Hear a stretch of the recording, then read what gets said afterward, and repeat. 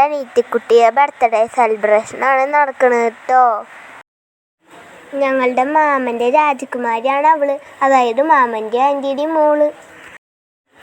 മാമനും ആൻറ്റിയും കുഞ്ഞാവും കൂടി ആദ്യം കേക്ക് മുറിച്ചു. അടിപൊളി ഫുഡും ഐസ്ക്രീമും ഒക്കെ ഉണ്ടായിരുന്നു. ഞങ്ങളെല്ലാവരും ഡാൻസ് കളിച്ചു. പ്രത്യേകിച്ച് ആൻറ്റിയുടെയും കുഞ്ഞാവയുടെയും ഡാൻസ് ഉണ്ടായിരുന്നു കേട്ടോ.